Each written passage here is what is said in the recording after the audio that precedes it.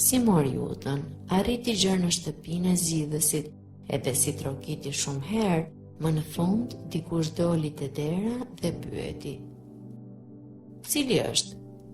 I Krishteri u përgjigj: "Jam një udhëtar, o zotëri, i porositur nga një njohur i Zotit të kësaj shtëpie të kthehem këtu për të mirën time, prandaj dua të bisedoj me të Zotin e kësaj shtëpie."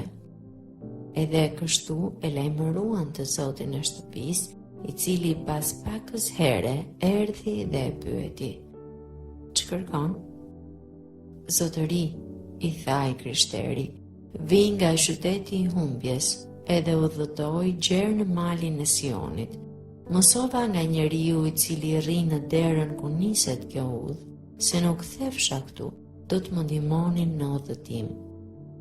Atëherë zgjidhësi tha: "Hyr brenda dhe do të rrëfej çdo gjë që është për dobinë tënde." Si urdhëroi përsëri shërbëtorin të hapte një derë, edhe si e hapi, i tregoi të Krishterit fytyrën e një njeriu të hishëm që ishte varur në mur.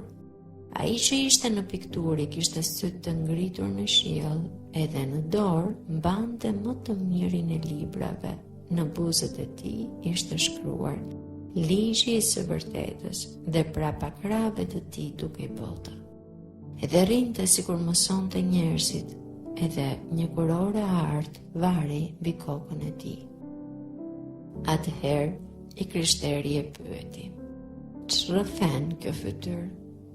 Zgjidhësi i tha: "Njeriu që tregon kjo fytyrë është i shquar në mes të mira njerëzve.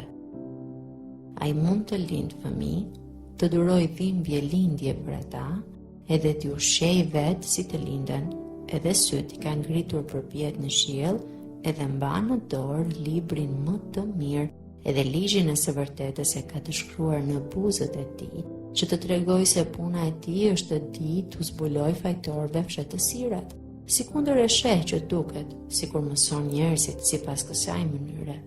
Bota që është prapa krave të tij, edhe mbi krye një kurore artë, tregojnë se duke mos i llogaritur të tanishmet, për shkak të dashurisë që ka për punët e Zotit të tij, është vërtetuar se do të ketë lavdi si shpagim në jetë të përtejme.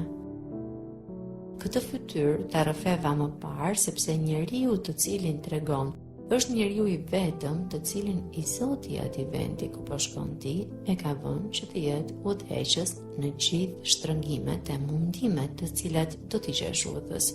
Ki pra ndërmend çdo gjë që të kam treguar edhe mbaj mend mirë çdo gjë që pe, se mos shëllon të gjesh njerëz udhës, të cilët mund të rrëfen si udhëheqës të mirë, po udha e tyre shpije në vdekje.